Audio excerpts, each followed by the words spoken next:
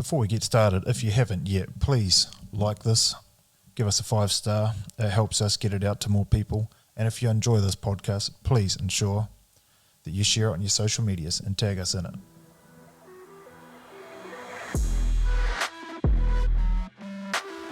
And we're back, season 2 of Common Unity. I'm Jason Fox, and we're looking forward to continuing bringing some great guests here within this community.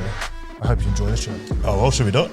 Yep. We're in there. All right, welcome back to Common Unity. Today we've got a guest that's been brought along by Nick Funnell again, Josh Cox. Nick, why don't you tell us a little bit about how you've come across Josh?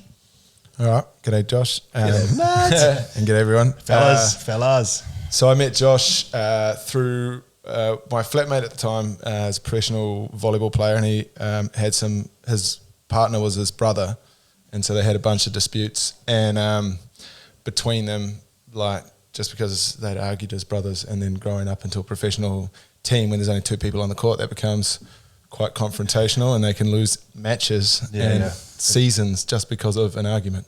But tough if you're not talking to 50% of the team, eh? Yeah, there we go. Big time. Real standoff, that one. And they're running a business together. And they're brothers. Yeah. Well, back then, I'm not sure if they were, but yeah, they literally just would... there would be points where they just needed to work together as a team. And Ben worked with Josh and said, bro, you need to work with this guy. You will love it. He tells you about these 5 strengths. And basically, yeah, I just took his word for it, went and did some sessions with Josh, ended up doing one for me, one for my wife, one for me and my wife together, and then another one on top of that, like within like 2 weeks. And it's probably one of the best experiences. But Josh... is just really good at what he does, and he helps people find their strengths and ways to lean into what they're really good at and use combinations of their different strengths to achieve their goals and things that they're looking towards. And so I just thought he'd be the perfect person to bring on a podcast and talk about what he does.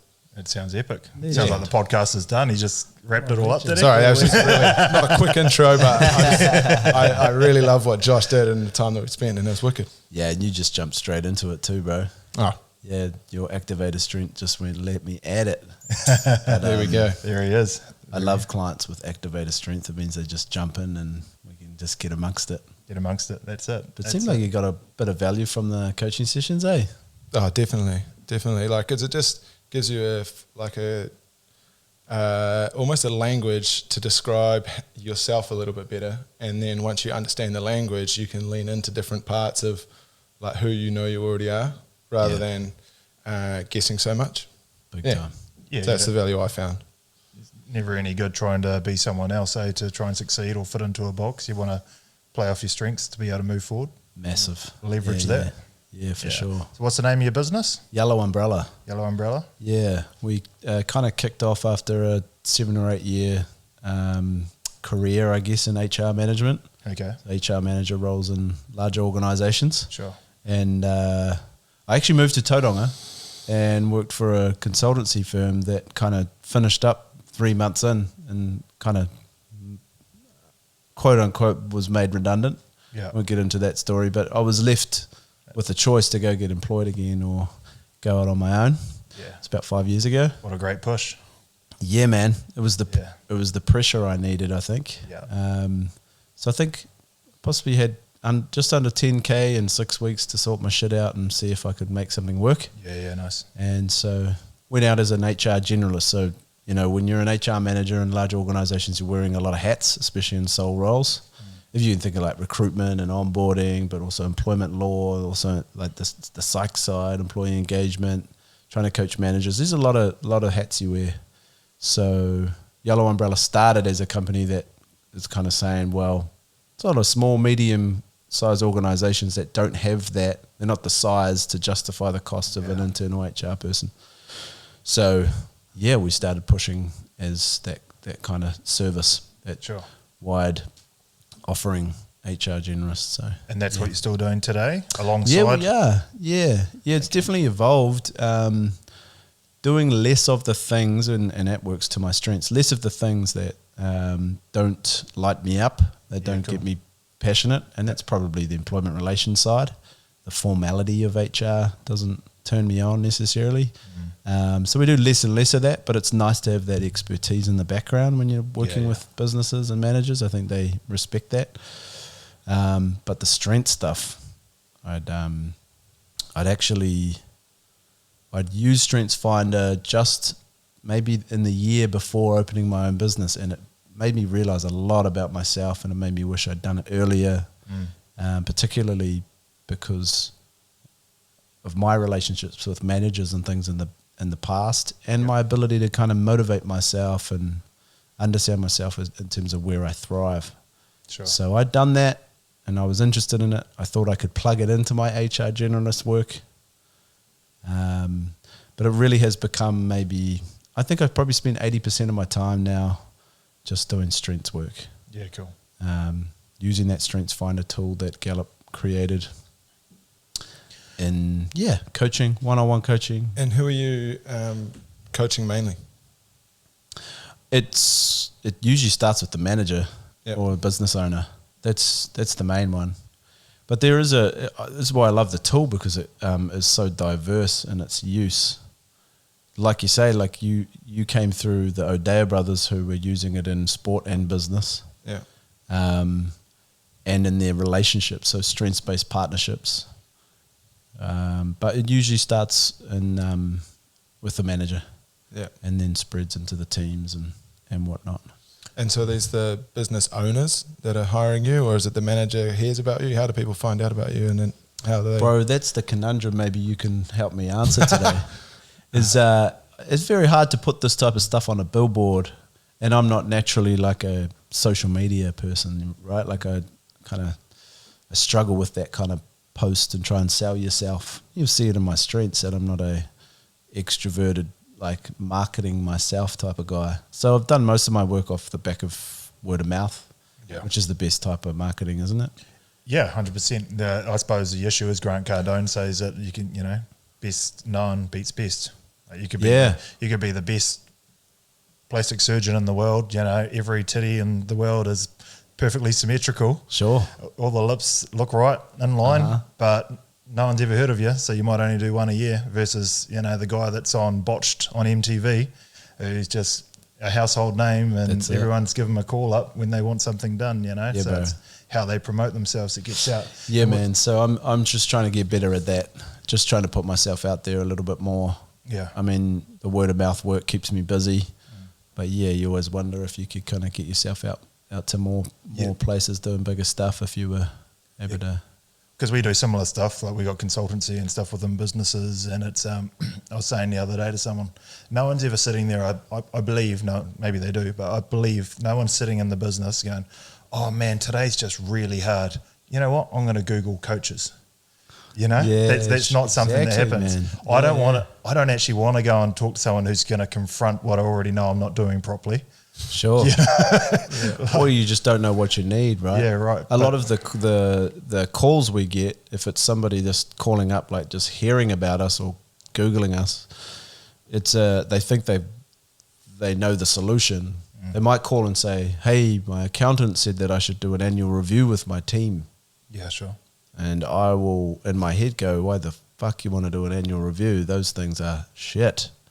But I try and walk them through, like, why would you want an annual review? Well, some of my team are not performing well.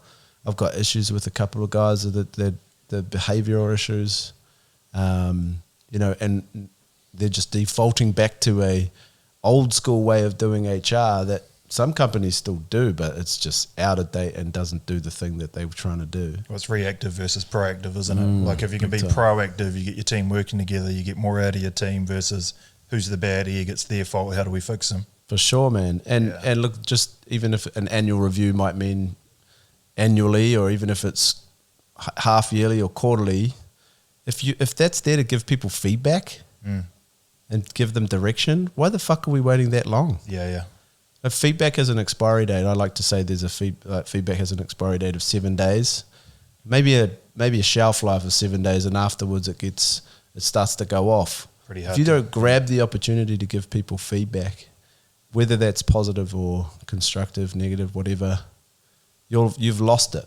Yeah. And why am I meeting you in June to talk to you about what happened in February? Yeah. Right? There's all sorts of things wrong with the annual review. But, people will call up and go, I think I need this. And then I'll walk them through, well, what's the problem?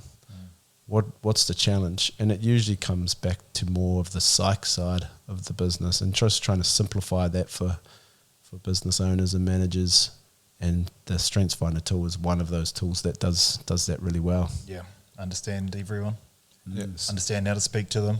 What gets them going. So then how does it work on those people? Like, so just say they've got those employees with behavioural issues. How does the Strength Finders help them solve those issues sooner than an annual report? Yeah, sooner than annual review. Let's start with this. I think at the core of a highly engaged, high-performing organisation is highly engaged teams. Yeah, if you measure engagement across two large companies or multiple large companies, there's less variation between those large companies than there is variation between the teams within the company. So there's more variation within the teams. So that says that that actual like engagement, high performing teams, it's more centered around who are you turning up with daily. Yeah. We join companies, we stick around for the teams, and then guess what? We leave managers. Yeah, that's what we do. And so we join companies, stick around for teams, leave managers. So actually, at the center of a team is a highly engaged, high-performing manager. Gallup does more than create the psychometric assessment Strengths Finder. They do a lot of research on employee engagement, leadership, management, human motivation type stuff. Such a cool company to follow. But they will say that when they measure engagement, they can see that the manager owns 70% of the influence on how engaged their teams are. Yeah. So the manager is so much influence. And then what's at the center of an effective manager? It's not a set of patterns of behavior. It's not, we'll do a psychometric and measure whether you're a good leader or not. It's actually emotional intelligence. It's, do I understand who I am? Do I know how to name that and claim that and aim it in a way that works for me and my team? And do I understand the sort of who my team members are and how that kind of correlates and can complement and where the conflicts that potentially are and all of that good stuff. So EQ in the manager is at the center of highly engaged organizations. So that's why we would go sit with a manager first and go, well, do you understand yourself first? Because the behavior that's coming out of your team members may be due to the way that you're approaching things. So we start there. First, we start with the manager. And then they're more than likely to realize via the Strengths Finder tool, shit, I wish if this is so true for me, imagine if I knew this about my people. Yeah. And so can we do that with our team? Absolutely. And then we get the chance to address where the behavior is coming from. For example, you've both got the futuristic strength, right? Yep. 1 second. So let's use that as an example for a second. So what did you highlight as true for you in futuristic? Why would this psychometric assessment? Just quickly, for someone who's sitting in their car listening to this who has no idea what the Strengths Finder is, let's just explain what it is and how it would work. We've jumped straight in, but let's just find what it is and how it would work. And so then someone sitting there, when you start talking about this kind of stuff, they can piece it into what it actually is as a framework. Yeah, for sure. Okay. Because I remember you sent me a thing and I read it about the guy that came up with the 34 strengths. And so it's basically breaking the diversity within, it's not trying to put people in, I'm not trying to steal any words here, I'm just trying to explain it as best I can. Yeah, for sure, bro. Yeah, thanks for buying me some time so I can think about the best way to approach that explanation. Yeah.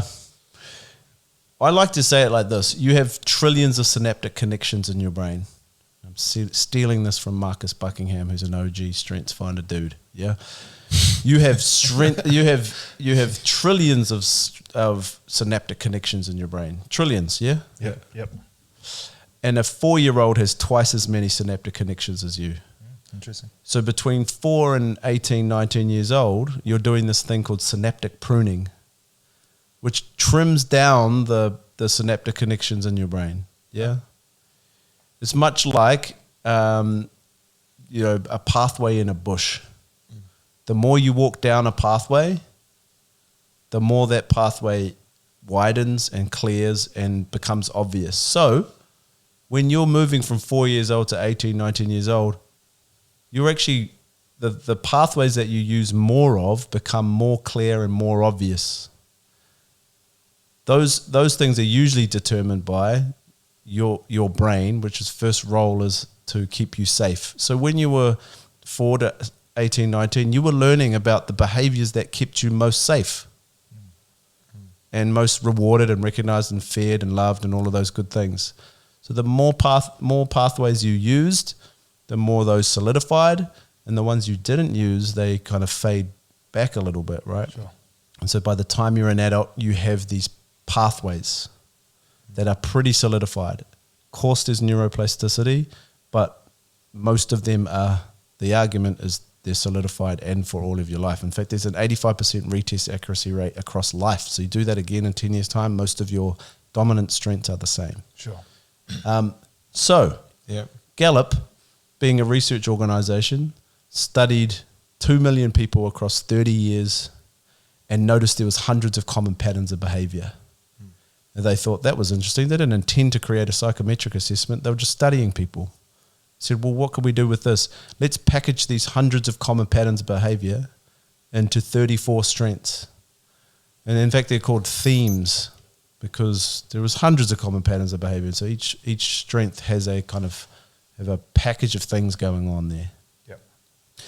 And at the same time, Mr. Don Clifton was asking kind of this question ahead of the positive psychology kind of movement, and that is, imagine if we stopped focusing on people's weaknesses and focused on people's strengths, or focused on what people like, what's right about people. Yep. And so this tool kind of turned up with that question, and they worked out a way of setting up an assessment that identified where your dominant strengths were. So when you did your assessment, it's just ranked all 34 strengths from likely most dominant to least dominant. Sure. Doesn't mean you've got 5 and the 6th one doesn't mean anything. We just start with 5, yeah? Yeah. Does that kind of answer your question? That's That the definitely strengths answers the tool. question. And that's a common, like I thought that at first. I got my 5 and I was like, yeah, that's me. And then never unpacked the 10 for like a year. Yeah, bro. And then It it was crazy how much all the rest of them played into it as well. But it was definitely the top 5 were the clearest, clearly the most dominant things within me. Yeah, we're just talking about dominance. So you can think about what your dominant hand is. You don't ignore your other hand and tie it behind your back. But we know Right that into a fight with one hand. Yeah, but we know, like, my dominant hand is my right hand. So yes, my left hand can be very supportive, but this hand is going to feel more at ease. I'm going to access more excellence. I'm going to enjoy using this one probably more than this one. It's going to train faster and more effectively.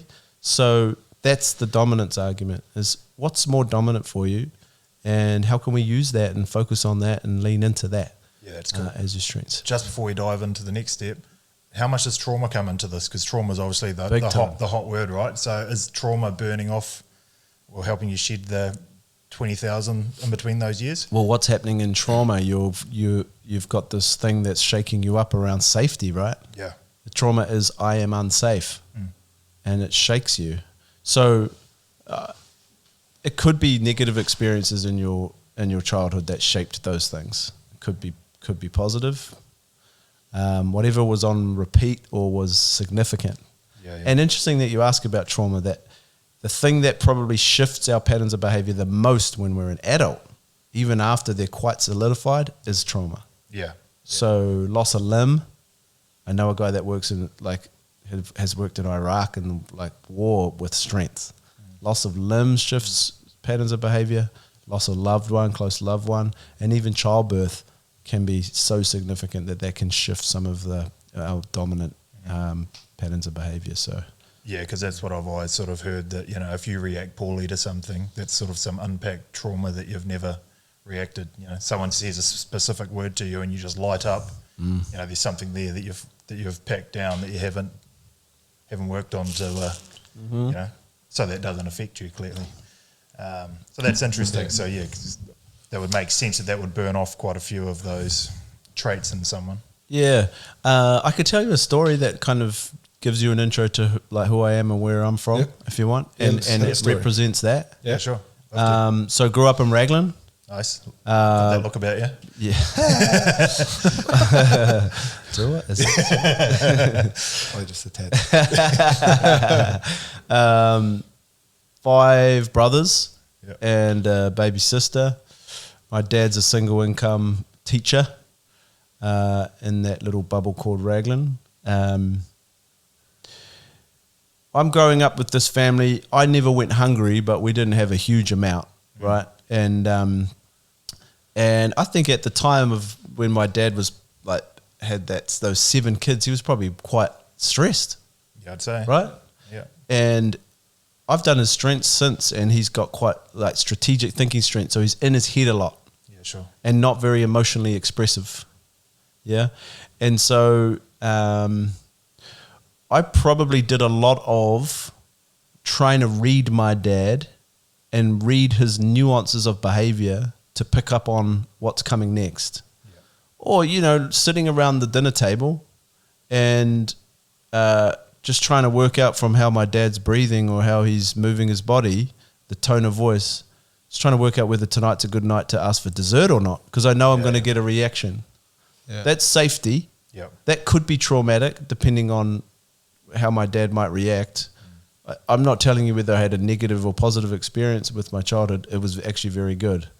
But because of that situation, over and over again, I became practiced in the art of nuance reading to the point now that I have a strength called empathy, which is actually a strength that some people have where they're going to make their decisions from a feeling rather than a thought. Sure. Yeah. They're going to pick up on the vibes of other people. It's real data coming your way, but it's very nuanced in terms of how people are holding their bodies and tone of voice and all of that. And they will feel how other people feel. And then they'll make their decisions based on that. Yeah, yeah. So really good for HR, right? Really good for culture, Absolutely. understanding people, coaching. But so that's where a strength could come from in a childhood Yeah. sort of story. Yeah. Oh, that's awesome. Nice. Well, going from there, for the listeners, yesterday or the day before, Tuesday, was it? I got an email with this test saying, we're going to put you in the spotlight, Jason, do the tests, and we're going to have a little conversation around this stuff live. So on the guinea pig. So enjoy. We'll see how this goes. Some good content. But you yeah, know, you can see Josh in action. What Josh was just asking prior to that little segue was obviously futuristic came up for me, and it actually came up number 1. Mm-hmm. I'm a dreamer, baby. Surround myself with all these beautiful things, and so I can bring them to fruition. And yeah, so you want to know what I highlighted? Yeah, for your futuristic strength. There's a couple of things here, but the first one is you see in detail what the future might hold. Do you want me to just rattle them all Why off? did you highlight that? Oh, because I can see what my future looks like. You can see it? Yeah, I've got very, very clear goals of where I'm headed towards and the things that possessions that I may have and my goals. I can physically see what I'm heading towards. Okay. Who taught you how to do that? Where did that come from? It's a good question. Did they do a class at uni on that? I never went to uni. I'm a school dropout. Yeah, I'm a school dropout. I didn't realize this bastard didn't go to uni. Let's get out of here. No degree. Uneducated over here, brother. Yeah. Where did it come from, do you reckon? It's a good question. I think it's something I've developed probably over the last 10 or so years. I think where I was when I was 30, I'd never dreamed I'd be where I am today. Sure. As far as life and ability and the people around me and all the things. But I suppose as life's developed, I've done things. I believe in manifestation and stuff, and I've written goals into reality multiple times. What gets you thinking about the future? What stimulates your thinking around what's possible? Unfortunately, it's probably just shiny things. Like Okay. like I love my cars. I love big homes and properties. I like to entertain. I like to have lots of people around me, and it's I can just see where I want to be sitting in another 10 years and what that looks like, and that's where we're heading towards it. Note to self, just he also has the significant strength. So we're hearing significance as he's talking about futuristic. Yeah. So as a coach, I'll probably pick that up and write it down and come circle back.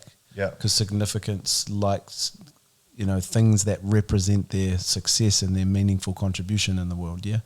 So futuristic, you naturally paint a picture of what's possible. Yeah. Do you realize that other people don't do this? Yeah. As naturally as you. It was funny because I was listening to another mate's podcast the other day, and they were talking about how, I think I was talking to you about it, around how something happens, and I'm like, well, there's a solution. Like, we'll just go and create the solution. Like, that's easy. Let's go do that. And other people are like, well, why are you like that? Like, why can't you just chill? Whereas I have no chill. I think that was us. Yeah, we were sitting we had a beer. Yeah, we would have had a beer, but I was talking to you about it, and I was like, I see a solution to almost a lot of things. Yeah. Yeah. And unfortunately, that's also a downside because I can get distracted. We'll start a business for that. We'll get this going. Yeah, so I need to keep reminding myself, focus, follow one course until successful. Like, stay in your lane. Good. And again, we're noting that Activator is in his top 5, and Activator likes to light new fires and gets excited about starting stuff. One of the cool things that he did when he was with me is I actually got the cards that say, you get your 5 strengths, and then it's got I want, I need, I hate, I love. And one of the things I need for futuristic is you need other people who have a futuristic strength to talk through ideas with. And that's one thing I learned from Josh. And you have a futuristic strength which is what I thought you would have had. Yeah, sure. Whenever I come in here and we start spinning yarns about things that could be, or like ideas or possible routes to go, there's a conversation goes on forever, which I'm like, let's do makes lots of sense. Let's get it done. Futuristic is a cognitive ability to consider all sorts of data, and I hold that loosely. Data could be anything, something you read, something you hear, something you see, something you feel, and taking that disparate information or data, you're able to plug that together to create possibility for the future or a vision of the future that other people might not as easily be able to do. And what's interesting about futuristic is people with futuristic are best when they start with the end in mind. Yeah. And so if we've got an end in mind, there's more energy now to move forward. Yeah. And what a combo with your activator, because now you paint the picture of what's possible, and then you just want to go now. So let's stop thinking about it. Let's start moving. It's almost like a game of pong.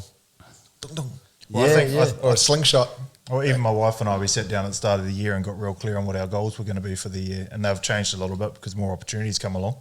The other finance company, more data comes in. More data came in, but ultimately, like, we're still ticking off stuff that was on that list, like my new car and stuff like that. Like, things are still falling into place as we go. Yes, we might take a right here and then go left again, but we're still heading towards that same destination as we go. Yeah, for sure. So, coming back to the reason why we asked you about futuristic to start with, and I think it was off the back of like, how would you address a behavior issue?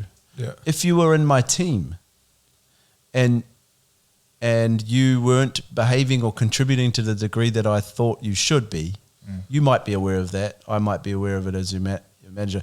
I don't have much of a language to try and work that out, where that's coming from, because you're complex. You're a human. You are complex. Sure. Yeah. But it may be that your futuristic is not fed, because we need to feed our strengths. If we don't feed our strengths, they get hangry. Yeah. And actually, contribution follows a strength fed. Sure. This is why we misunderstand laziness or lack of contribution, because we don't think about what's in behind and what factors are existing or not existing that are not feeding that thing that gets you fired up. Yeah, gotcha. And so if you're sitting with me and I'm employed you and you're paid to do a job, and I'm just thinking, well, you fucking paid, you're supposed to do it, aren't you? That's not the common thought pattern. That's super naive, right? And we're missing the point. If we found that it was due to your futuristic, it would probably be because we haven't had a chance to sit down and the possibility of where we're heading. Yeah, sure. You need a clear vision of where you're going. So as your manager, I would need to sit you down and go, whiteboard time, motherfucker. Let's paint this out. Where are you heading? Where are we going? And if I'm a person that's continuing changing the goalposts and changing the vision, you're like, where are we going? Yeah, right? yeah. Just get frustrated. And or you might have already painted a picture of where you're going, and it might be completely different to mine. Yeah. And which is why I'm going, why is he going that way? Because your energy's that way. Yeah. Yeah. So knowing you've got futuristic helps me ask the question, is this fed? If you pass him that card, this is from a game I'm designing at the moment. Yeah, nice. So this is V1, Like- but it's called Who's Hangry? Yeah, yeah. And it helps a manager have this type of conversation in a gamified way. That's so funny. At the back of that futuristic strength, what are those needs that you would resonate with? If this was how we feed that strength. How many, like, out of all of them? Is there like a number one, or just whatever which comes to ones mind? resonate for you? Well, from top to bottom, I'd say time to think, write a plan for the future. Mm-hmm. Do quite a bit of that. Time Good. to articulate my vision of what's possible. Yep. And maybe, probably a clear picture of where we're heading. Great. So now I know how to feed you. Yeah. And if we feed that, you're more likely to be energized for where we're going. Yeah, 100%. Makes sense. Pretty easy solve. Pretty easy solve, yeah. Yeah. And we've only talked about one. Yeah. Josh sent me down a spiral. I remember that was the exact question you asked me too when I had a session with you a while back, and you were like, we were trying to discuss the what would you call it? The joining of my strengths versus my wife's strengths, and then I was explaining a few situations that were coming up, and the question was, what needs of hers are hangry? Yeah. And then as we stopped to unpack it, we hit a few nails on the head, and I was like, oh my God, this is wicked. And so it's actually quite a good question to ask if you understand, that's why the language of strengths is quite a cool one to be able to talk, especially with Karina and I, because, you know, she's got activator in there, so she loves to take action and do stuff. But some of her other strengths mean that she needs she doesn't like to chop and change on the whim. She needs to have a clear design because she's an achiever. She has discipline as well. Is that what discipline? she has? Yeah, I think that was plan, one. follow the plan. Yeah, and so she loves to make a plan, follow the plan, and doesn't like good luck doing spontaneity. that with Nick. And she doesn't I like hear you, being brother. I hear you. So yeah, we clash at times, and so Hard to imagine. but that gives us that gave us at the beginning, like when we first learned about it, that was such a hack. Yeah. You know, it was such a hack to know, like, so that's why whenever I've got an idea that I want to do and it conflicts with what you have already got planned, no wonder it's such a red flag for you and such a red flag for me, because I want to do what's now really cool, and you would like to stick to the plan. And this is, I think, what Nick's saying is very important for everyone listening to remember. You may not own a business, but it doesn't mean that this isn't for you. Like, Big time. Yeah.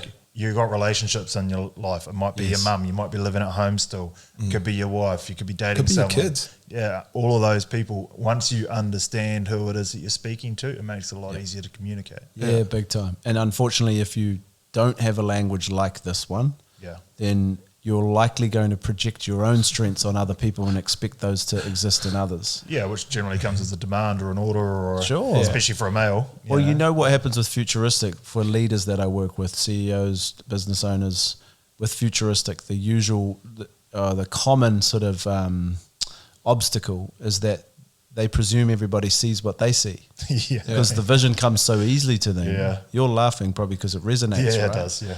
The What way do you that mean? Our frustrations indicate our strengths. So you know what a leader with futuristic is frustrated about? These fuckwits don't see what I see. Yeah. I've told them, I've given them the data. It's so simple. Yeah, it's so simple. It's totally not. Yeah. So that realization, like, oh, okay, this is what I've got.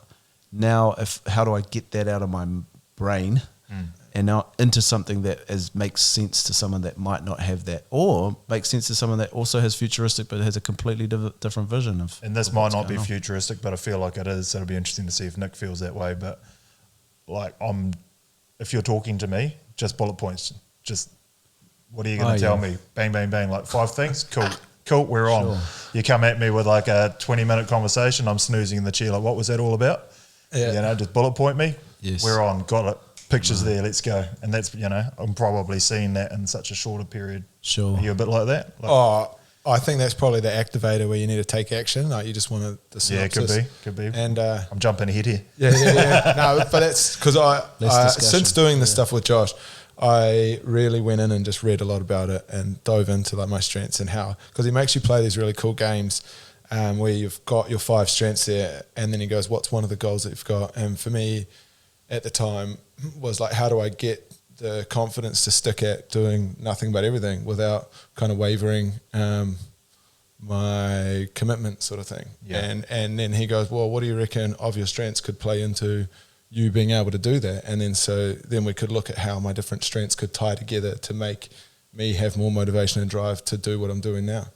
And so without that, I don't know whether I would have, like I definitely would have found a way, but it's just made it a lot easier. And the understanding I play back to a lot, because I actually recorded my strengths into a video and in multiple different ones of my morning videos, and they play through and relate them to how they help me doing what I'm doing today. Yeah, for sure. You're talking about aiming your strengths. Yeah. In the coach process, we're taking people through naming, claiming, and aiming. So at the start, you're just looking at this word futuristic, and it sounds like Back to the Future. yeah, Back to the Future or something. But we want to get you to a point where you start claiming it for yourself. So now you're probably starting to go, oh, I can see what this one looks like. This one feels like. Okay, that's what futuristic is. Yeah. And then once we get you a good understanding of your top 5 at the start, then we're asking the question, how do you aim your strengths at what you're doing? So if you're trying to do something, we're going to ask, okay, have you aimed your futuristic? Have we made sure you've painted a picture of the future? What do you need? What data do you need to create that vision more? So it just starts to inform like this whole concept of aim your strengths at the thing you're trying to do. You don't need to try and do it like your boss does it or your wife does it. Naturally, they're going to tell you what they did and get you to do it in the same way. No, use your strengths and aim your strengths at the things that are important to you. Yeah, and cool. there's usually an easier way. Yeah, sure. Yeah. Yeah, because the strengths, so yeah, when you're putting them together and aiming the strengths is what he's saying is like, for example, when Karina and I are trying to do something, I know that she loves learning as one of, like learner was her top strength. And so if we're trying to do anything, we'll ask Karina, how much learning have you done this week? What new things have you learned? And sometimes it's not much. And she just watches some YouTube videos and learns about photography for an hour or two. And that's something that fills her cup up. You know? Sure. And so Gus, having gone to daycare, this week was his first full week. Karina was just full into her photography both days. And you can just notice it because she's sitting there learning new techniques and things on her camera, dealing with some clients. And it just ramps everything right up. And it's purpose for her. Yeah. And it's just, that's So what it does is. futuristic always help you, bro? Is it always on your side? Yeah, I would assume so. I mean, I've never dived into the stuff too deeply, right? But I believe that, I mean, personally, it's what steers me. It's what gets me into work each morning. Yeah. It's I mean, I enjoy what I do. All the things that I dabble in, I really enjoy. Like Monday, let's go. You know. So and if there has been periods of time where, you know, I was like, oh, screw it, let's go and play golf 3 times a week and stuff. And Good. And I thought I was enjoying it at the time, but now when I look back, I was like, I was just doing it because I didn't have enough going on. I didn't have enough pulling me towards where I wanted to go. Sure. And I enjoyed the golf, but ultimately I was just, you know, I needed that purpose. I needed something to keep me pushing Big towards time. where I'm going. So as I have direction, as I know where I'm going, I think I'm a lot happier. I'm happy to sit here for 15 hours a day if I know where I'm going. Yeah, nice. Yeah. Yeah, good. I think where you were getting with that is when you start turning your strengths up too high. Yeah, no, I'm just, we'll get to one. I'm sure that's not working for them all the time. Sometimes people with futuristic, they're so focused on the future that the present feels like the past. And sometimes their challenge is to be present. I'll pick up my wife for a second, but as soon as we bought our first house, her futuristic was already talking about what about the next house. And I was like, can we just be here for a second? Yeah. We're going to celebrate what we got? Like, I get that though. I'm like, yeah, cool, that one's done. What's yeah, next? And because it's a forever forward orientation. I said this quite a lot the first time I bought a brand new car. I was like, this should have been this amazing feeling of like getting there. And I was like, Yeah, there you but go. when I showed up and picked it up, I was like, oh, made sense. It was a sound decision. What's next? Where am I going now? Yeah, It wasn't so like I didn't more- like savor in it. Go, oh my god, this is my dreams come true or anything. I was savoured like, I just saw that on the list, and if that garage had 10 cars in it, then I'm like, well, there's one of them. Now I've got 9 more to go get. Sure. Yeah. No, absolutely. But I it's don't- more the energy that's pulling you towards the thing, getting you to do the yeah, it's stuff not the than things, the like, thing itself. You know, like I love my cars. For the cars, it's more the people that brings me around. Yeah. You know, I love cars. Don't get me wrong. I love engineering. I love cars. Love watches. Love that stuff. Love property. But it's the people that it brings into my life and stuff, Yeah. and the way they bring me up. Okay. Yeah. I had a ride in Jason's car last week, and it is fantastic. It was good noise. Was good, he on his way to somewhere? Great. We were on it. On our way to the boys' high. It was just a Heaps spirit of of the lollies in our moment thing pocket. where I got a ride, and it was really cool.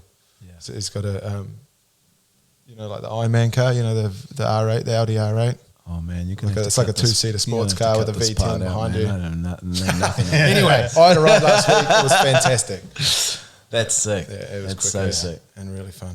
This is a segue to your significant strength, and I don't care if it's not the second one on the list because top 5 are very dominant. The order doesn't matter. Sure. So tell us about significance. Why is that true for you? What did you highlight? I've never actually researched the strength.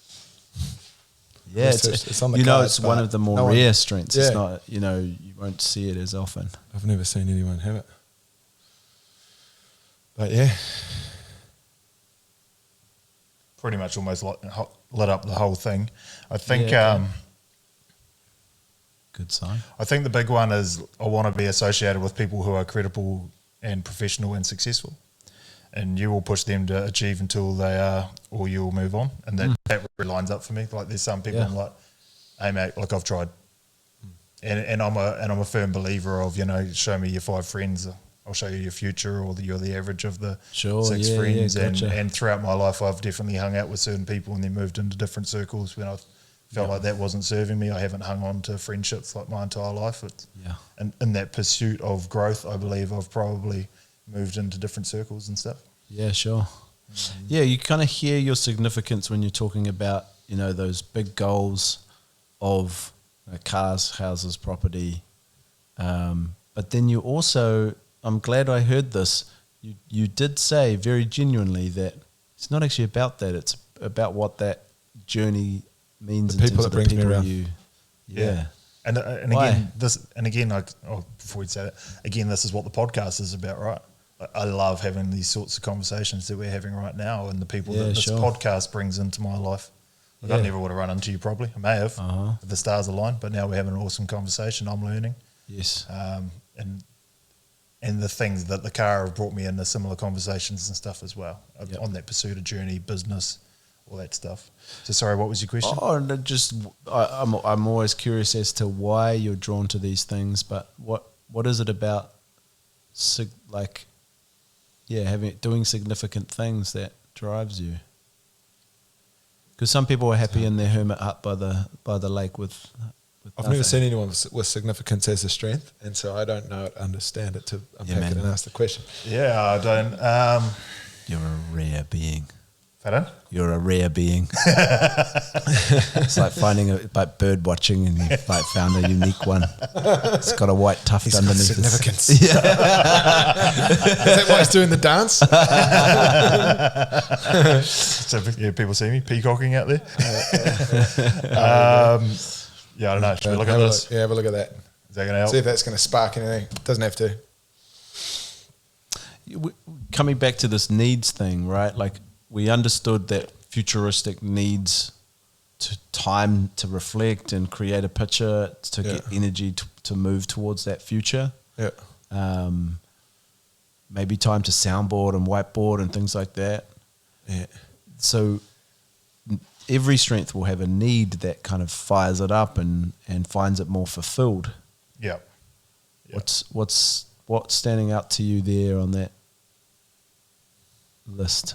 I think true. opportunities to create an impact on others. Yeah, I think bro. that stands out. There it is. Yeah. Yeah. And that's again probably the podcast. Like Yeah.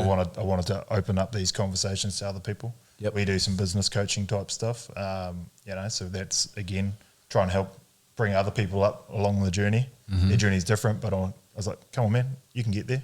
Yeah, he's definitely good at jazzing you up towards your goals. Sure. And like, And throwing acid on you at the same time. there you go. Well, you just make it funny, you know. It's like, you make it enjoyable. But sometimes that stuff's all too serious. Like, Yeah. And that's what I really like about Josh, is he just brings like just a casual, or not casual, but it's very professional. Very, It's pretty casual.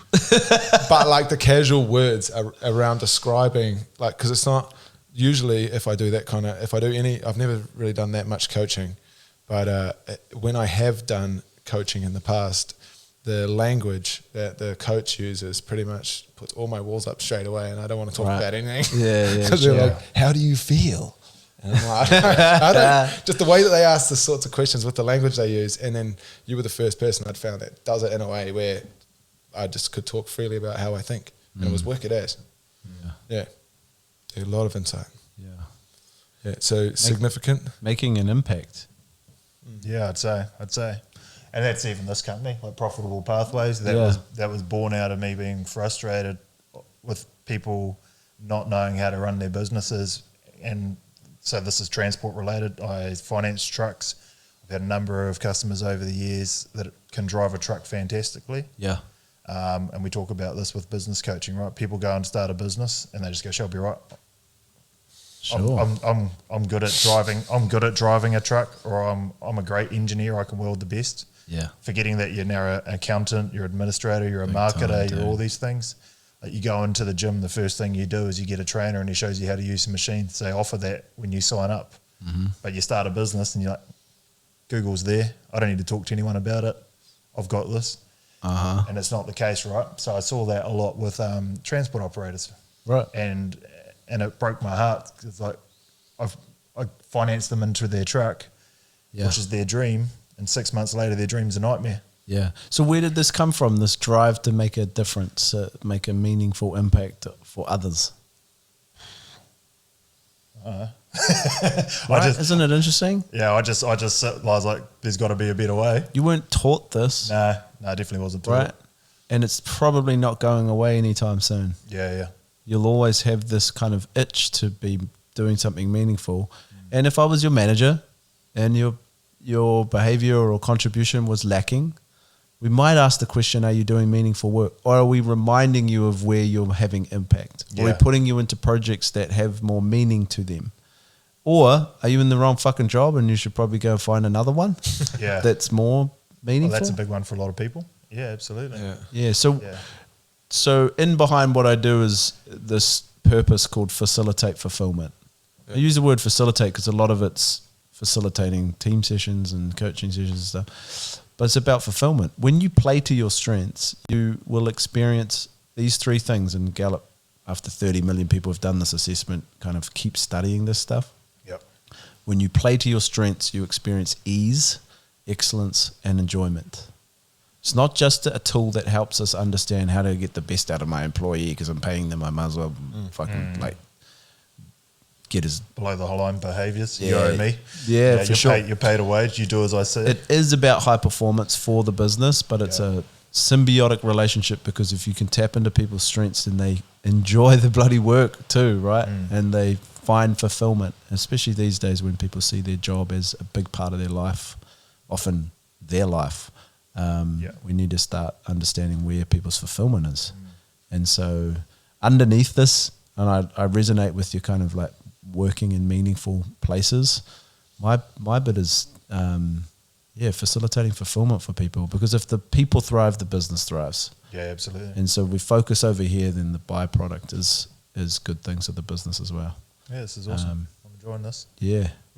I hope you guys are too. So what? There's people here? Turns around, there's 50,000 people just sitting there watching. I thought I was just wearing these ear masks because I was cold. But what the hell's the cars and the money and the property and all of that got to do with significance? Because you might even argue significance likes to be admired. Yeah. And recognized and seen and rub shoulders with other important people. Yeah, I guess the next one would probably be a sense of importance in the eyes of others, potentially. Yeah. Yeah. What's that got to do with a meaningful impact on others? Well, I think that when people really, like if you make a meaningful impact on others, they respect you and treat you differently, and it feels nice. Like I know that that's the thing that you would like to do. But what's the cars and the property and the house and the other shiny objects that probably are coming from a significance place? What do you think has got to do with that? It's a good question. It's a good question. Maybe they're just a symbol of how good it is. And honestly, I just think like money's always been the marker, right? It's it's the scoreboard. That's all it is. It's just boom. Yeah, well, that's what it is. What else can you measure it against? Like, I can't show up every day and not know I'm moving towards something. Yeah. So that whether it be the acquiring of time, freedom, or assets is what I'm always working towards. So the problem with tall poppy syndrome, or one problem is that if you drive around a flash car because you've got significance and you've worked really hard for it to make a meaningful impact, the perception is, oh, this cocky can't, right? Versus actually those nice things are just a symbol, thank you for the word, or look at significance, a sign, a proof of you making a meaningful impact. Yeah. These are things that show that I've, like you say, measure. That's the scoreboard. Yeah. And what a beautiful intention that's in behind that. That if we just looked at your flash car, we might just go, well, Daddy was rich. But instead, what's in behind it is a drive to make a meaningful impact on others. Yeah, and the thing I'm enjoying the most about my car is sharing it with people. Yeah. I just took my brother-in-law for a ride at lunchtime. He just, never thought he'd get the opportunity to do something like that. For sure. As I walked out to the car, there was a kid taking photos of it. He walked up to me and goes, Jason, so nice to meet you. I've been missing you on Instagram. Yeah. Like, I've been wanting to see your car. I was like, cool, man. Like, take photos, gave him some revs. He's like, which way are you going to drive out? He filmed me drive away. Like, he fizzed on it. And I'm enjoying that more than driving it. Like, I picked it up. I was like, oh, yeah. Yeah, that's what it looked like in the photos. Yeah. Because I brought it sight unseen. Yeah. I was like, yep, cool. We'll grab that. That's me. You want to keep moving? Yeah, absolutely. Because I'm hearing a segue from that meaningful stuff. Let's look at relator. Yep, that's the next one. It's relator strength. So what stands out? Yeah, what's true for you about this relator strength? I think I enjoy the thrill of turning strangers into friends. Right. But you do derive a great deal of pleasure and strength from being around your close friends still, and you are comfortable with intimacy. Once the initial connection has been made, you deliberately encourage a deepening of the relationship. Yeah, dude. How do you like to get to know people? Like, how do I do it? I suppose it's generally over a conversation. Yeah. Yeah. Yep. How are you with small talk? Yeah, I think I'm fine. Oh no, I reckon he's good. That's what you're getting at. Hang on, relator, because they like to find the common ground, and Jason's really good at finding the conversation. When do you know you've had a good random people? When do you know you've had a good conversation? Oh, I don't know. I feel like every conversation is a good conversation. Yeah, right. Like I feel like you can put me in a room with almost anyone, we'll get along. Yeah. Yeah. Okay. There are times where I'm like, no, that person's dead to me, but that's very few and far between. What's that measure of? How do I know I'm dead to you? He's trying to dig below the surface, and you're like, nah, bro. I don't know. See, the dead to me thing, I think in the past, before I knew myself better, was probably from, protection of trying to hurt myself. Like, I don't want to be, you may hurt me because of your actions, you've hurt me in the past, I'm not going to open that door up again. Yeah, sure. As I've got older, big 4-0 now, I've learned that, that is because I was trying to protect myself, and I've also learnt that if I think poorly of you and you're walking down the street and you're just going about your day and I see you and it upsets me, it's only ever hurting me. Sure. So I've learnt to let all that stuff go. So I think that would have been probably a very different question in my 30s to what it is now. Yeah. So you've become more emotionally intelligent over time. these strengths are actually not your strengths. A 12-year-old could do this assessment and get the same top 5 as you. Yeah, okay. These are not skills or knowledge or capability. These are just patterns of behavior. Strengths is the sexy name. Yeah, These are just talents. And they're not anything unless we wrap skills and knowledge around them and or wrap emotional intelligence. And look, you didn't need a tool to start working out like, oh, my safety zone is with the people I know, and maybe that's meaning that I'm avoiding new relationships and I need to do something about that. That's a beautiful growth in your emotional intelligence, right? Yeah. And you might have some other strengths that counter this relator strength that make you more kind of outgoing and wanting to kind of interact with others. But at the core of relator is about, I prefer depth of relationship rather than breadth of relationship. I'm not out there to get a whole bunch of superficial small talk relationships. Yeah. I'd much rather have a deepening of the relationship. So maybe there's maturity there for you, because our strengths could be anywhere on a spectrum from raw to mature. But typically relator turns up to a party and there's 14 people you don't know, and there's 4 people you do know. Relators tend to want to draw themselves to the people that they do know, because it's a deepening of the relationship. They're guaranteed a deeper conversation. Versus, I've got to interact and small talk with these guys and I don't even know if I'm going to get any energy from this. The interesting thing is a good chunk of the New Zealand population has relator, so a good chunk of those 14 will also have relator and be standing off waiting for a good conversation to have. So it's a funny little thing that we do, isn't it?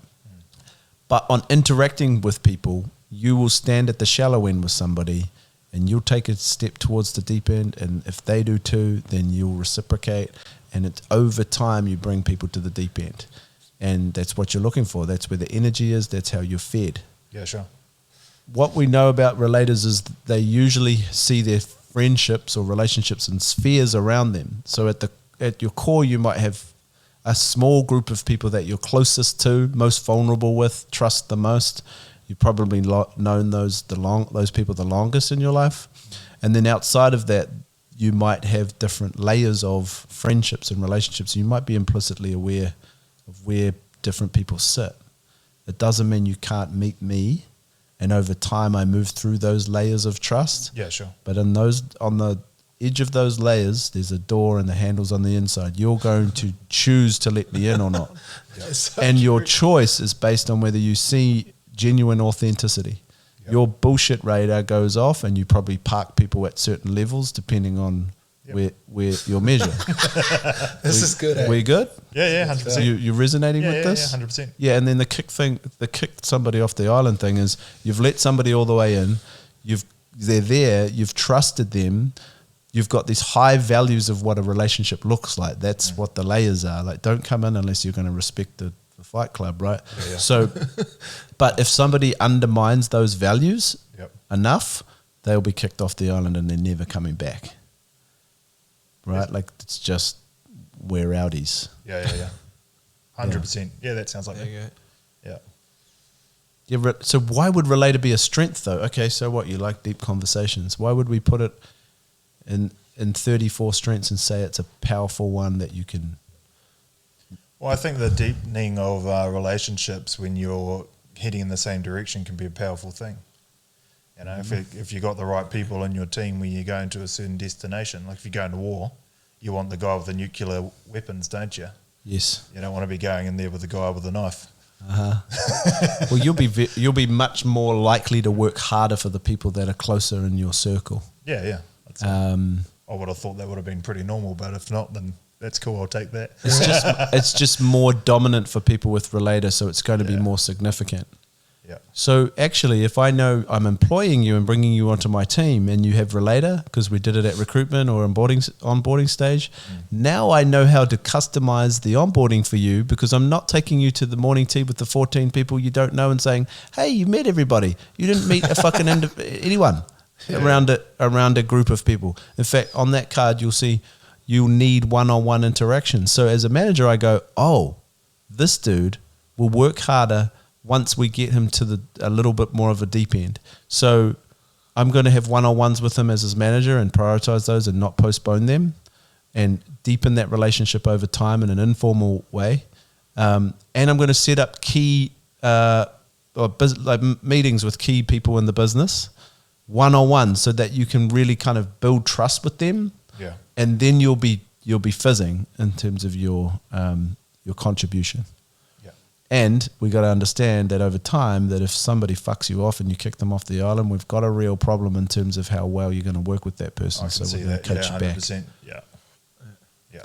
So we just get this insight and we go, well, how do we map it against relationships? But more so in my work, it's in the workplace, trying to navigate these problematic situations that HR, and particularly in New Zealand, have done a fucking terrible job of up until now, in my opinion. Mostly, there's great things happen. Umbrella. Oh, yeah. Umbrella. Umbrella, sorry. Not put into beer. Yeah, but we fix these problems with like formal letters. Yeah. And inviting them to disciplinary meetings and performance management meetings and all of this just go up and fear risk mitigation shit that actually does not cut quickly to the who are you, what's going on for you, and can this insight help us with what's going on. Sounds like it'd save a lot of conflict there. Big time. Just understanding that stuff. Why would you not? Sure. Yeah, man. It's about how someone thinks and what they like about the world and how to motivate them. That's all. Yep. Sounds like great information that you would want to have about every single person you're paying money to. right? Like exactly. You should. Exactly. Like you should not employ someone and not do a test like this. Yeah. Some sort of test anyway. Yeah, like understand the people. I've done another Why wouldn't one. you? Yeah, I've done something similar, and again, like you're doing to me, I read some of the stuff off the report. I was like, 100% that's me. Yeah. Yep. And then I was like, babe, you need to read this. This is how you need to speak to me. Yes, yeah, there you go. Yeah. And we will have no conflicts. Yeah, big time. Yeah. And it's so cool because some psychometrics don't emphasize the positive psychology side. Yes, we can talk about where the strength might be turned up too loud.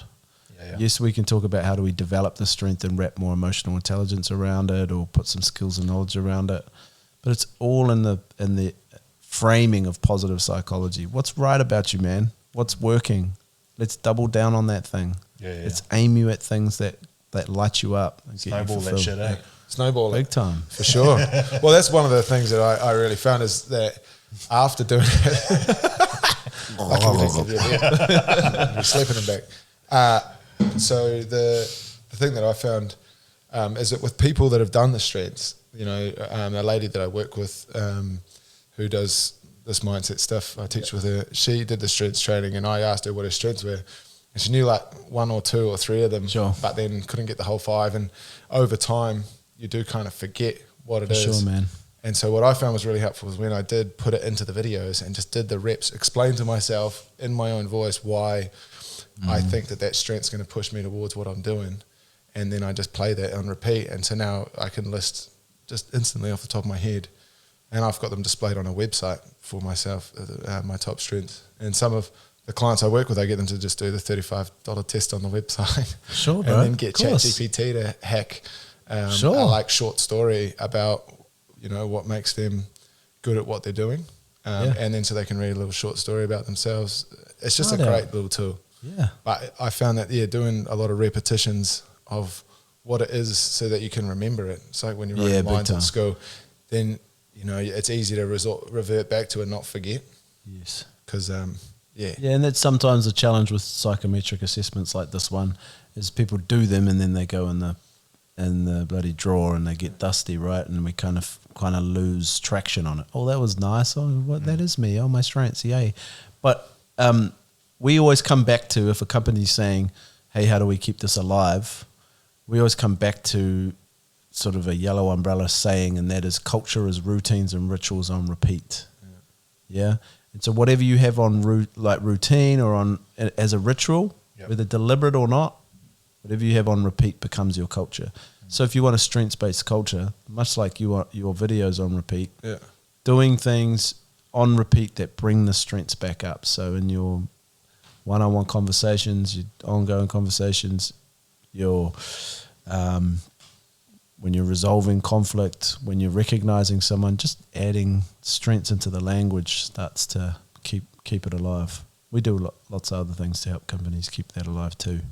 But it's more than just a flash in the pan team building day and then it's over. Well, that's just the same as going to the gym, getting the program, and then not going back there, eh? Yeah. So here's the program. Takes reps. Yeah. Show up and do the reps for growth. Yeah. Yes. So, sometimes I remember when I first went to the gym and then you go in there and then you get your program and then it's been like 2 weeks since you've been and you're like, the hell's dumbbell flies? Yeah, yes. Yeah. Like, it's a discipline, eh? Yeah, you have to. You've got to get the reps in to it up. remember what it is and how they interact. And For so sure.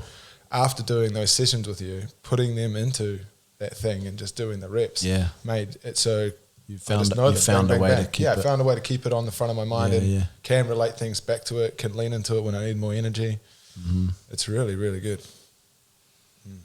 I want you to know why this relator strength is a strength, particularly as a leader in an organization, but maybe just generally in relationships. Sure. Our brain asks itself, am I safe, 4 times a second, right? So we're constantly scanning our environment for danger. Yeah. It used to be physical danger, now it's more social danger. It used to be, is that a saber-toothed tiger in the bush, or what do those rain clouds mean for me that are coming towards my crops, And that's helped us survive, and we've got that amygdala, fight, flight, or freeze for a reason, to keep us safe. And now it says my shirt ironed or is my hair right? There we go. But now we're looking for social cues. Am I safe with this person? Can I trust them? Are they going to fuck with me? Are they going to say something about me online? Are they going to whatever, right? They're going to gossip. Do I feel safe with you? And if I don't, if your interaction as my manager is formal and not very genuine, whatever, I might feel unsafe there. I'm going to bring up in the annual review your feedback from 6 months ago. Suddenly I'm in a space that I'm more likely to be in my amygdala, my fight, flight, or freeze part of my brain, And you're not going to get shit out of me. You're going to do an annual review with me, and you're going to wonder, I wonder why he was just frozen up and not saying much. Freeze. I wonder why he wanted to gap it as soon as possible. Flee. I wonder why he argued every time I gave him some feedback. Fight. We're putting people into unsafe situations and wondering why we're not getting anything out of them. The best place for somebody to be is in their prefrontal cortex, when they feel safe. Because in the prefrontal cortex is collaboration, problem solving, creative thinking, self-reflection, all those beautiful things that you want out of somebody else. One of the top things to do to facilitate oxytocin in somebody else is be genuine and authentic. Because everyone has a bullshit radar. And being genuine and authentic just triggers something to say, oh, this person's real. You know how they talk about the telemarketer on the phone? The one that's got the crispy, clean pitch loses because it sounds fake. The one that's kind of stumbles through, says a few genuine words, maybe throws a swear word in there, more likely to sell because there's not the reaction. Script. Yeah. So why am I saying this? Your ability, that whether you realize it or not, your ability with that relator strength to go more immediately to genuine authenticity puts people in their prefrontal cortex quicker. Yeah, nice. You bring people to safety, and now you're working with them more effectively. You follow me there? Yep. So Segue into the podcast too. Well, look, I saw that when I joined our new business. I had one of my directors clashing heads with our number one finance guy, and me and him are getting on like a house on fire. I get on like a house on fire with my director, but those two I can't put in a room together. Yeah, yeah, for and sure. I think they're both really easy to deal with, but they can't deal with each other. Sure. If you're listening, sort it out. Or let's do strengths, man. We'll have a beautiful powwow about it. Because you know what, conflict, for me now, if I see conflict, I'm just curious as to which strengths are potentially complementary, but we haven't worked out how they come together. Yeah, sure. Because complementing strengths have more potential for conflict because we don't understand each other, but actually we need each other because what you don't have, I might have, and then we can kind of make it more happen as a result. Yeah. So, yeah, love that relator strength as a leadership strength, an ability to be genuine that puts people at ease. Yeah, nice. I'll take that one. There you go. Thank you. Yeah. See, can you feel it, man? Yeah, feel it, brother. Can you feel it? feel the warmth. My heart flooded a little bit. There you go. That's the way you looked at me in the eyes while you said it. I was going to say that related one sounds like just admitting something dumb that you've done off the bat to get a leg in the door. Yeah, bro. Yeah. It's It's like more a- than foot, it's whole leg. It's whole leg. For depending sure. on the severity I've of heard the thing like you witness. CEOs or leaders or whatever practicing the art of like starting a meeting with a mistake. Yeah. On the weekend I fucking didn't do this or locked my keys in the car. Not because that's a cool way to start a meeting. It's just like over Self-integrity. time. Relatable. Yeah. Yeah. Oh, you're real. Oh, okay, cool. I'm gonna bring down that like social contract I have with you around like, oh, leader. Like the spaceship with the beam. Those aliens, off Toy Story.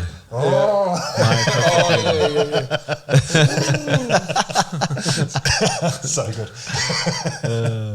Yeah. That's awesome. Oh, Do you like your job?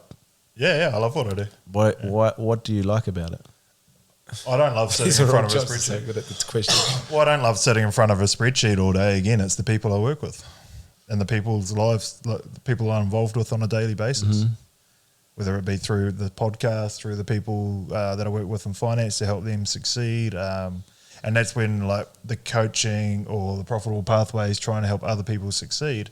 I've actually seen that because I used to be just self-employed until a few months back when we started this larger finance company. Yeah. So now I'm working with a team of like 44 and I'm enjoying seeing everyone within the business succeed and how I can help them get there. And like what we do, I mean, finance isn't sexy. Like no one's going to get excited about an interest rate, but what it, maybe sometimes financing the shiny thing is quite cool, but it's the people and seeing them succeed and seeing them achieve their goals. Where are you trying to get to in your life? Cool. All right. Well, let's set some targets and stuff around there to ensure you're reaching those. Yep.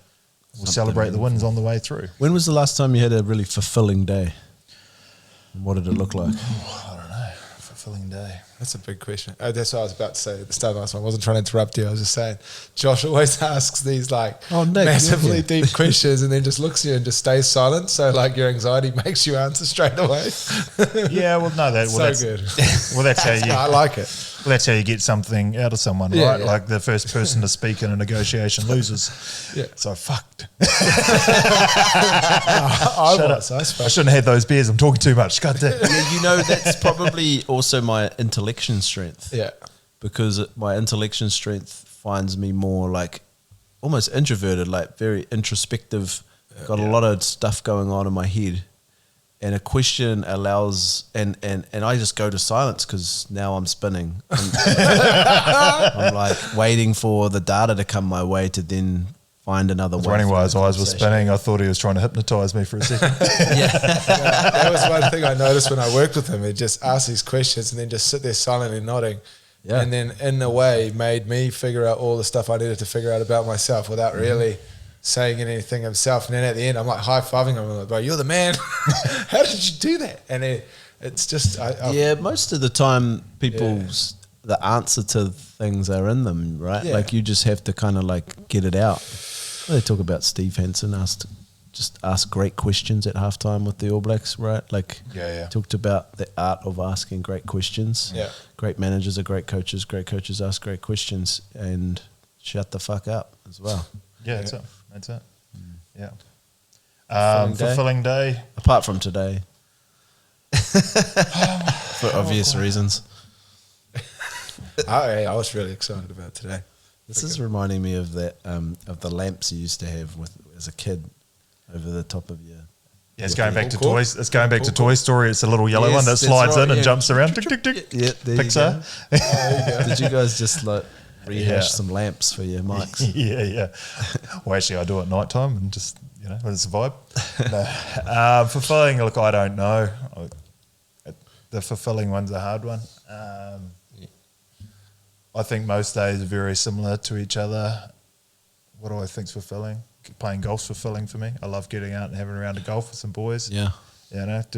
At work, I love what I do, but I I've said this for quite a while. I envy builders and stuff like that because at the end of the day, they get a feeling of accomplishment because you can physically see what you've done. Yeah. Whereas when you're dealing sure. with numbers and spreadsheets and everything else, it's very hard to go, yeah, sweet, that was awesome. Look at it and step back and go like, yeah, really. It's like, hey guys, guess what? I sent 42 emails today. My man. But it's also hard to think about things like that on the spot. It's also hard to dive deep on the spot. Like, I'm sure if I hadn't have thought about that kind of stuff and you just asked me that question straight away. Sure. It's like, some people can speak to it. Some people. Look, and again, it's like the car thing, right? Like we built a couple of houses recently and we hold no attachment to them. Like the tenants backed the truck into it and damaged the houses. They're only 3 months old. And I walked in there, I was like, back the truck into the house, did you, bro? He's like, yeah. I was like, oh, sweet, we'll get that sorted. And I felt nothing. And I felt nothing when we got the keys. I'm like, oh, cool, that's done. Sure. So I don't know. Maybe when I built the house that we're in 7 years ago. but you I don't had a pretty great healthy. fulfilling day taking Kellen to the supercars the other week. Yeah, That was true. he would have been frothing. So you get fulfillment. Actually, doing that for my son. I think so we did a car tour. We brought our car. It was in Christchurch a month ago. I flew it, so I've done 4,500 Ks in it in the last month. Flew in. He didn't know about it, and he's car mad. And I rang him on the phone, and he, I've recorded his whole reaction and everything, and then told him that he was flying down and joining me. So after we did the tour, he flew in and we drove from Christchurch back. Wow. Yeah, that was probably three or four super fulfilling days. That's so At sick, father-son time, he was in Christchurch for like an hour and got to go for a ride in like a 1 of 15 Lamborghini in the world, stuff like that. And he was How old just is he? smiles ear to ear. 13? Yeah. Living the dream. And so you're right. Thanks for bringing that to my attention. There's probably nothing that's fulfilled me like that in quite some time. That's definitely full cup.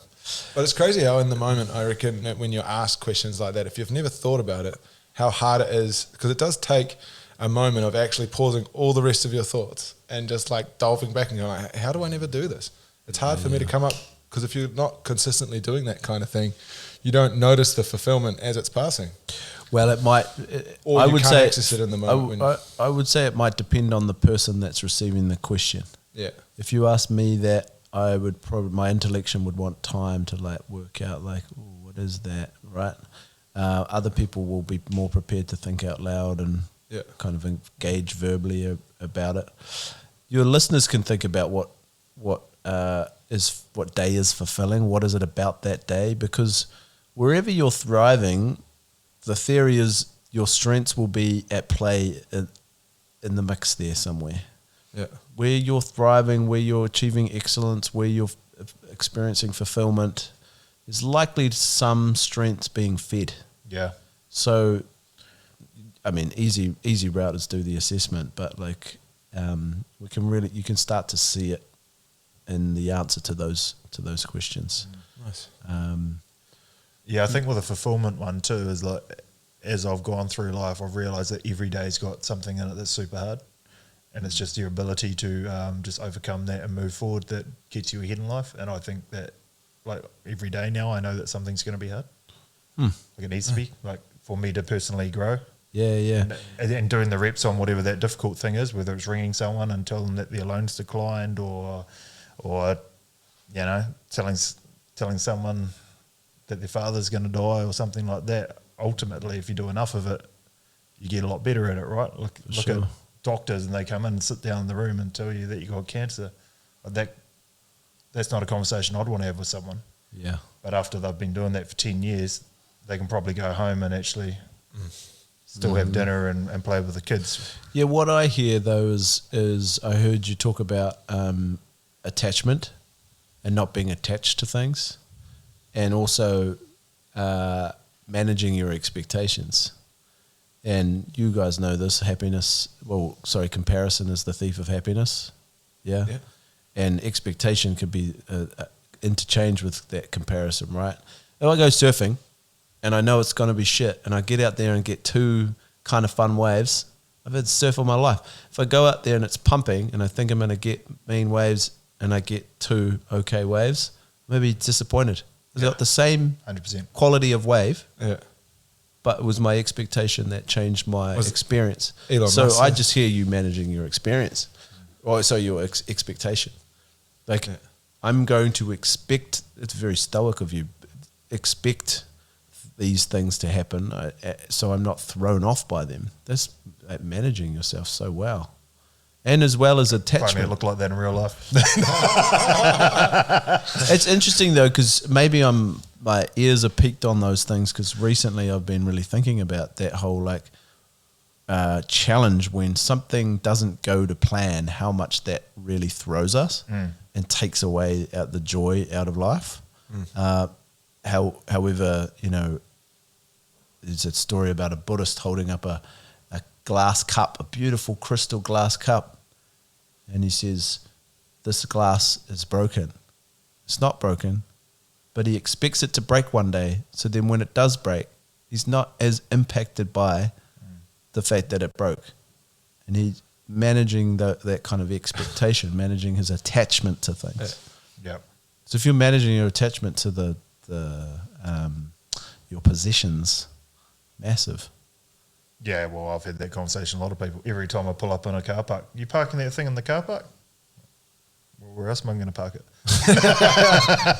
I think if this podcast is for like business owners and things, that's so fucking hard. Or maybe I'm on my own here, but that's probably my biggest challenge for running a business, is attaching myself to the expectation that something's going to happen. I got this client over the line and they're going to now email me back and we're going to make it happen, or I'm going to make this certain amount of money, or I'm attached to that expectation to the degree that it robs me of life as I'm living this thing. I get it, because we see that as well. You know, with the stuff that we do, we're like, why would you not want to do this? Like, we are the solution to what you're trying to do here. We're going to make your life better. Oh, I don't have the headspace for it right now. That's why you need it. Yes. Right? You know? Yeah, I don't have the headspace for it. You just told me you need it. there you go. You know, but you know that's what you face with, right? You're like, hey man, I'm the solution. No, I don't have time for the solution. Yeah. So how's this conversation going to go in another 6 months? So unfortunately, you have to become a real salesperson to get it across to some degree, right? Like you've got to be a bit Grant Cardone or something and drive into it, which I can see is not in your nature as well. It's not. It is in yours though. Yeah, thanks. That's good. That's why you need to have complementary skills. Yeah, and come on board, man. That's the how thing, about right? a yellow jacket, yellow umbrella, whatever you want? Keeps the rain off. Jacket or an umbrella. I'm into the gumboots myself. You know, when I look at Paddington Bear in those puddles with dry feet, I'm like, "Ooh, that looks comfortable." Yellow gummies. Damn, I missed the spot on that one. Why did we go umbrella? I had a jacket. Yeah, but you do have that in your nature. What about this command strength? Pass. Is that interesting? Is that on there? Where's command? Is that at the front? Is it in there? Oh yeah, command. Leads you to take charge. You feel no discomfort with imposing your views on others. Once your goal is set, you're restless until you've aligned others with you. That's perfect. Yeah, there we go. There's a good descriptive one. Yeah. Hard out. That's me. So what was that one? Command. That's banger. Yeah. Here's the card. You know that's me, eh? Commander. Yeah, that's the most one I can relate to of you. Command. If they see something's out of control, they're comfortable with taking control. Yeah. They, if the boat's sinking, they'll take over the steering wheel. They don't have to be in charge, but if no one's in control, let me do it. Yeah. And I often say that, like, with the coaching stuff that we do, Robin's the actual business coach, and I just say I'm a guy with a whole lot of opinions. That's a nice, genuine way your relator bleeds into command. Hey, by the way, I'm going to fuck you off today. So I'm going to be that asshole. Yeah. That's pretty much what he said at the start. Even Steve Smith says that. I think he coined the phrase like, "You're good at throwing acid on people." Yeah. But it's like I'm not like there's the acid. I'm not breaking you down. I'm like, saying what I see. Yeah. I'm just going, hey man.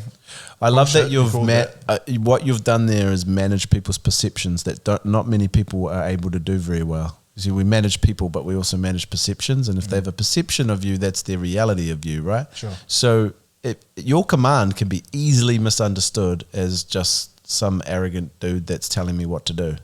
And command is very rare in New Zealand. Again, talk about tall poppy syndrome. We often cut that thing down. Stop having an opinion, man. What do you mean? You're good enough to tell us what to do. But it's actually a strength. It's got a lot of mana in there because it's prepared to say the things that other people are not. It's got emotional clarity. So I'm clear as to how I feel about this thing, and I'm not afraid to tell you about how I feel. But you have to you absolutely have to manage your perception, because most people with command get misunderstood as, especially ladies, as the bossy bitch that just is like the dictator. Yeah.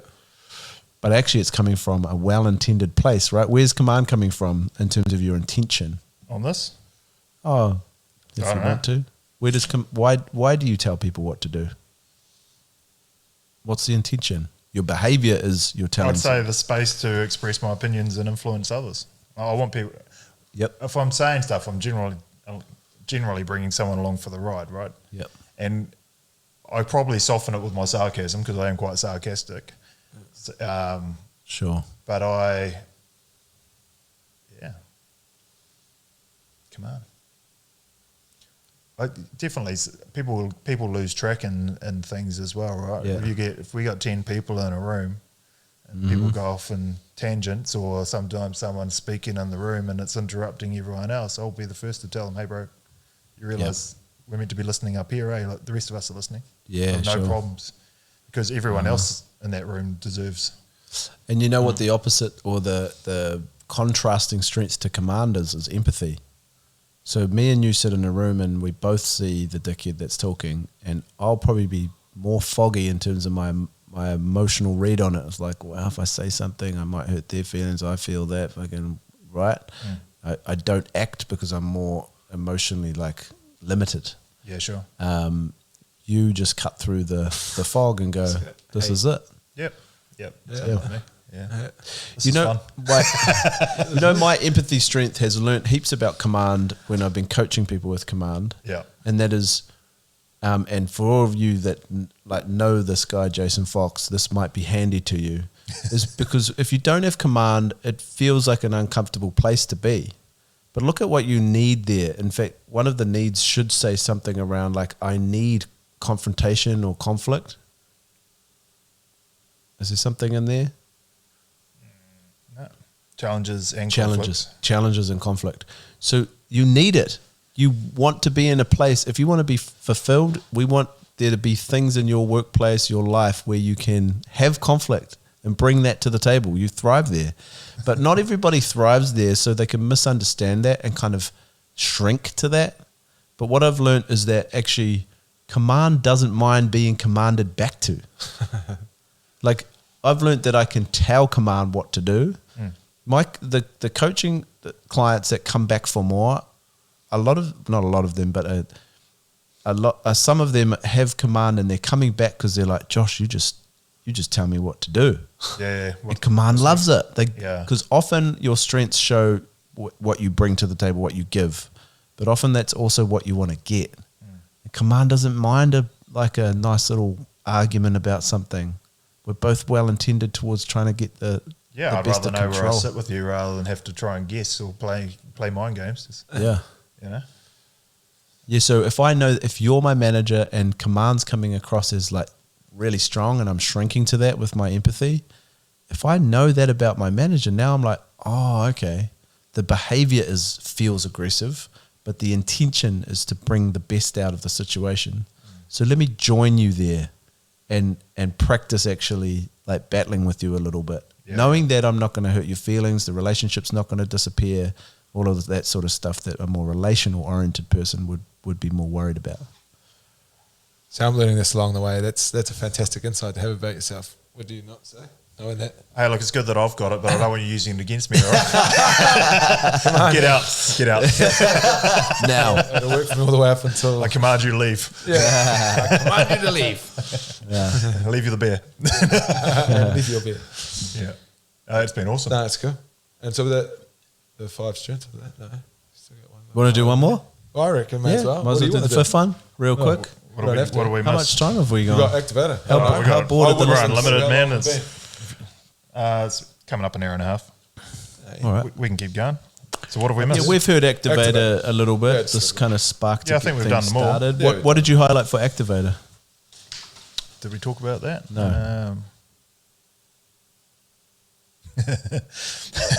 See the laughter, bro? The laughter means they resonate with Yeah, something. yeah, yeah. Like it's I always, remember yeah. profusely laughing. Just going nuts, like, oh my God, this is explaining my life back to me. Yeah. Well, this one straight away, and the wife and all the kids and everything would. Actually, my son's like this too. Is like, when can we start? This is a recurring question in your life. Yeah. You're impatient for action. Like straight away. Like if you say we're going at 6, it's fucking 6:05. What the hell's going on? Mm-hmm. You know. Yeah, yeah. And that ruined. Like that's something that ruins my life. Okay. Like so why that one- have we not left yet? Uh-huh. If you're not Yeah. early, you're late. You know. Yeah, big time. Yeah. Cutting through quickly with this activator, it's less discussion, more action. And here's something to think about. Often people with activator, thinking is synonymous with movement. So actually when you sit too long talking about something, you're not thinking anymore. You need to start moving on something. Yeah, cool. It's almost like a kinesthetic learning thing. Like let's move towards it and we'll learn on our way. Yep. And I don't mind if we make some mistakes along the way, but we're learning that way rather than planning the whole thing out. Yep. So less discussion, more action. And by the sounds of it, comes with you home to be impatient when people aren't moving as quickly as you. I know I had somebody say, yeah, my activator, when we decide we go to the movies and all of my family is sitting on the couch, like on the phones, trying to work out what movie to watch. Now get in the car, we'll start driving towards the movies and we'll work out which movie we're going to watch. Yeah, makes That's activator. Let's go. Yeah, that's on. Yeah. Move, It move, frustrates me. Yep, should we go? Yeah, sweet, cool. I look like the car's running, walk in the house. You guys good? move. Yeah. Yeah. Like, didn't we just say we're going? That is activator in a nutshell. Yeah. So I'm just going to introduce something real quick to you. Often our biggest weaknesses are our strengths turned up too loud. Yep. Our strengths overemphasized. If your relator's turned up too loud, it might come across as clicky and or you've thrown somebody off the island. If your futuristic's turned up too loud, you're struggling to be in the present and you're too focused on the future. Your commands turned up too loud, you might be, giving the perception that you're just bossy, you're not controlling the tone of that, which sounds like you do that really well. When would activator be turned up too loud? When could it be? Oh, what I just described. Yeah. Yeah, that's created friction. Like it's probably when the wife and I are going to fight. It's like Time. said we were leaving it. Yeah. You know? Yeah. Well, it's always something. It's either it's impacting me, it's impacting others, or it's impacting the thing I'm trying to do. I think it's the impacting of others. Yep. Because then that probably comes back to, significance or something like that. It's like, well, for me, Yeah. like my brand or Yes. if you're holding me up late, well, my values are that I'm never late. Like I'm on time. Other people's time is worth as much as mine. So I'll be there on time. I won't keep someone waiting. Yeah. So when someone else is forcing me to be late or waste someone else's time, I'm like, So if your activator's turned up too loud, it's one thing to try and turn it down so that you can just be better for others and just chill the fuck out. It's Saturday, bro. Come on. blow it up. But often if you've got a strength turned up too loud, the most effective way to balance that is to turn something else up in the interest of the thing that you're leaving behind, me, them, or it, or the thing you're impacting. So even from what you know of your other strengths, when your activator's turned up too loud and actually you're the one being impatient and you should be more focused on relationship, which of your strengths might you lean into? Because they're right there to access. Let's go to my Bible here. Yeah, you've got your cards to the right as well. I'll command them to get the fucking ass in the car. Well, I reckon, activator and command, bad, like psycho combo, eh? Fuck, me and you we would work well together, but we would not get on. We'd be just like, what the fuck are you doing, bro? Let's go. And you were just like, meandering around, thinking about things. And I was going to think about for 3 days which movie I want to watch. Jason's just idling in his car, 3 tanks of gas later. Yeah. Getting the truck to come and deliver fuel. I don't know, mate. What do you suggest? I'm not sure. I'm not sure. It's hard when it's like that. And sometimes it doesn't always work, but this is the coaching conversation we have. Is we're always talking about which of your strengths are fed or not fed, and who's hangry, and what are you going to do about feeding it. And we're also talking about volumes. Which ones are playing in your favor, and which ones are playing against you, and are you impacting others, yourself, or the thing you're trying to do? There's always some imbalance that we can address in coaching, and it's often about leaning into another strength that you've got to balance that out. You might go, oh, my relator, I want meaningful relationships. I know my wife is a different person. I was going to say futuristic. Yes, yeah, sure. Now after looking at that, and then I'm thinking about like when I first met Nick as well, and he was, zooming out and things and looking at things differently. I was like, well, ultimately, if you look into the future, how's it going to go if you lose your shit because someone's not leaving the house? It's not going to go down too well, is it? Yeah, beautiful. And these are the kinds of cool, like little revelations, like little clicks that Josh can give you because he just asks a question and then goes silent and then has these cards out in front of you. And then you're looking at them and then you just stare at them for a minute or two and then you're like, click, oh my God, how have I never thought that? But it's given you like a framework to think about how you are, like, especially when he's talking about needing to not be so like this, and I can turn another strength, the volume up. That's a language you would never have had previous to this kind of conversation. And so it brings a lot of things to the table and a lot of ways to describe what you're doing and why you're doing what you're doing. Well, there you go, Nick. Update my page. I can definitely do that for you, no worries. But, It's like emotions. Like counselors, psychologists will say, if we can name emotion, we can work with it more, right? So we're just naming or attempting to name a pattern of behavior. And if we can name it, then we can claim it, aim it, and do something with it. Yeah. Otherwise, we're just kind of wrangling with like my language and your language around what's going on, and then fumbling through it. People listening, this stuff is so important. The people that have listened through the podcast all the way through will know that when my wife and I first got together, we did do a counselling session. We did like 3 sessions, basically never fought again. I don't know if I'd actually be in a relationship with her today had we not done that session. Yeah, right. I think 1 was with me and 2 together, like because I was the problem, so I went. And then she's like, I think I need to see your wife. So we spoke together. And neither of us were the problem. It's like a relationship, right? Mm-hmm. Every one of us is the total sum of the experiences that have happened in our life. So you go into a new relationship, well, there's feelings and expectations of every other relationship that you've ever had. Sure. If someone doesn't meet you in the same way that you've had in the past, maybe you'll feel like you're not being loved or whatever it might be, or the way they speak to you is different. But as soon as you understand those languages again, you go, oh, sweet, they do love me and they do appreciate me and whatever it might be, and you can, and don't speak to me that way, Some people don't, like yourself, you go away and you'll think about it for 3 days, which is probably my wife, whereas I'm like, no, we're talking about it now, we'll get a result. Yeah, sure. And that's a real clash. So then it was like, okay, now we understand that about each other, there's no need to blow it up. Yep. Now we've got a platform to work with. Yeah, so where will people find this if they want to do... Obviously, yellowumbrella.co.nz, is it? Or? Yeah, man, I'm a bit ashamed to say that the strength stuff is not... You won't find a huge amount of strength stuff on Yellow Umbrella. It's more of an HR, people and culture kind of website. Yeah. It's listed there. But my own strengths draw me to relationships, not marketing and influencing and things. So this is me trying to do that a little bit more. Yeah. So... I'm working on rebranding and putting more on the website. So that's such a fucking weak way to sell myself, eh? Oh, yeah, go to my website, you will find nothing on there.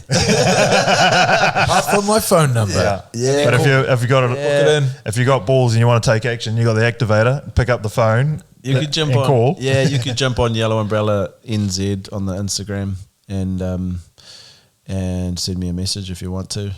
Find my number on the yellowumbrella.co.nz page. Yeah. Yeah. And don't look at it as a cost. Look at it as an investment in your future, your staff's future, your own life, your relationships and everything. Because the more you know about yourself, the better prepared you are for life. Handy. Thanks for having me, boys. There, bro. It's not my first one.